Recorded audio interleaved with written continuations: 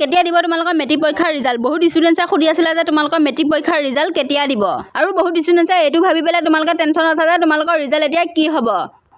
লগতে কোনবোৰ ছাবজেক্টত copy checking easy আৰু হাৰ্ড হ'ব তো গোটেইখিনি ইনফৰমেশ্যন লৈ আহিছোঁ আজি এই ভিডিঅ'টোত আৰু লগতে তোমালোকৰ চেবাইনো কি কৈছে গোটেইখিনি ইনফৰমেশ্যন আজি এই ভিডিঅ'টোত আলোচনা কৰিম তো বহুতে ভাবি আছে যে এইবাৰ মেট্ৰিক পৰীক্ষাৰ ৰিজাল্ট এপ্ৰিলৰ 11 তাৰিখে দিব যিহেতু যোৱাবাৰ দিছে তো এইবাৰ তেনেকুৱা একেবাৰে নহয়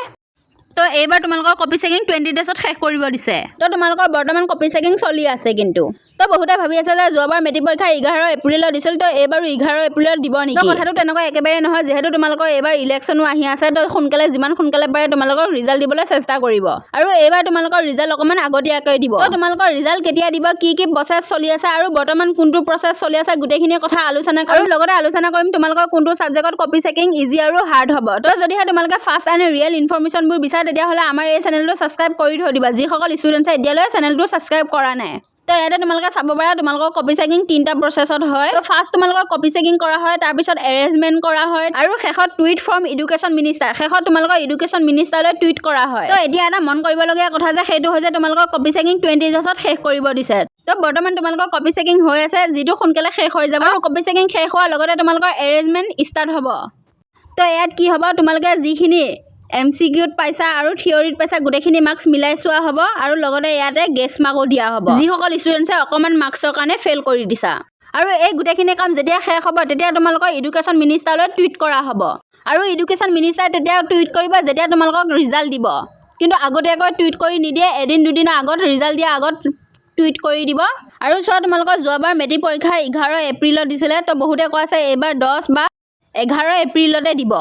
কিন্তু চোৱা যোৱা বছৰ তোমালোকৰ পৰীক্ষাও দেৰিকৈ শেষ হৈছিল কিন্তু এইবাৰ তোমালোকৰ পৰীক্ষা সোনকালে শেষ হৈ গৈছে যিদৰে তোমালোকৰ এক্সাম আগতীয়াকৈ হয় আগতে মাৰ্চত আছিলে ঠিক তেনেদৰে এতিয়া ফেব্ৰুৱাৰীত হৈ গ'ল তো আৰু ৰিজাল্টটো আগতে দেৰিকৈ দিছে এতিয়া সোনকালে দিয়ে তো এইবাৰতো আৰু সোনকালে দিব যিহেতু তোমালোকৰ ইলেকশ্যন আহি আছে এইবাৰ মষ্ট চান্সেছ আছে যে তোমালোকৰ এপ্ৰিলৰ ফাৰ্ষ্ট উইকত বা ছেকেণ্ড উইকত ৰিজাল্ট দি দিব পাৰে তো এতিয়া আহিছোঁ আমি কোনবোৰ ছাবজেক্টত কেনেকুৱাকৈ কপি চেকিং হয় তো তোমালোকে চাব পাৰা তোমালোকৰ মেথছ আৰু ছায়েন্সত কপি চেকিং ইজি হয় তো তোমালোকে যদি মেথছ আৰু ছায়েন্সত ভালকৈ কিবা এটা লিখি থৈ আহিছা তো ইমান এটা চান্স নাই যে তাত 0 নম্বৰ দিব যদিহে তোমালোকে কিবা অলপমানো লিখি থৈ আহা তাত 0 মাৰ্কছ দিয়াৰ কোনো চান্স নাই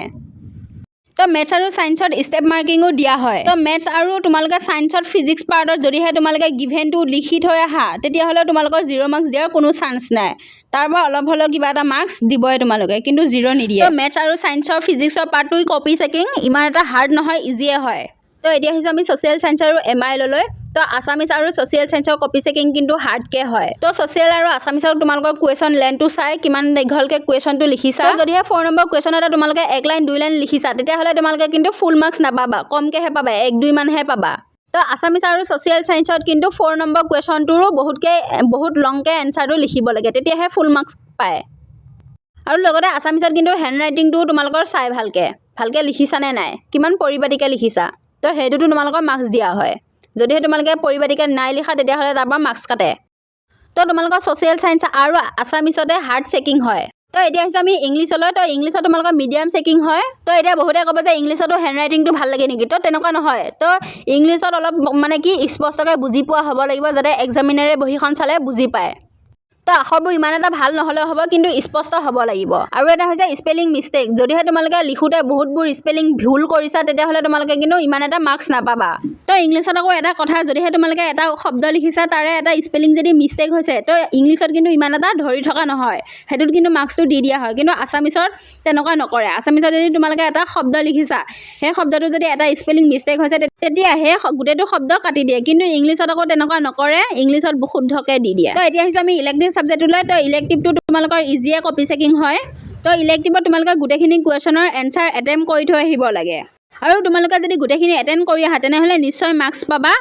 আৰু লগতে তোমালোকৰ আখৰবোৰ স্পষ্ট হ'ব লাগিব এনেকুৱা নহয় যে বৰ ধুনীয়া হ'ব লাগিব কিন্তু বুজি পোৱা হ'ব লাগিব যাতে এক্সামিনাৰে বহীখন চেক কৰোঁতে বুজি পায় তো যদিহে তোমালোকৰ ডাউট আছে তেতিয়াহ'লে আমাক কমেণ্ট বক্সত সুধিবা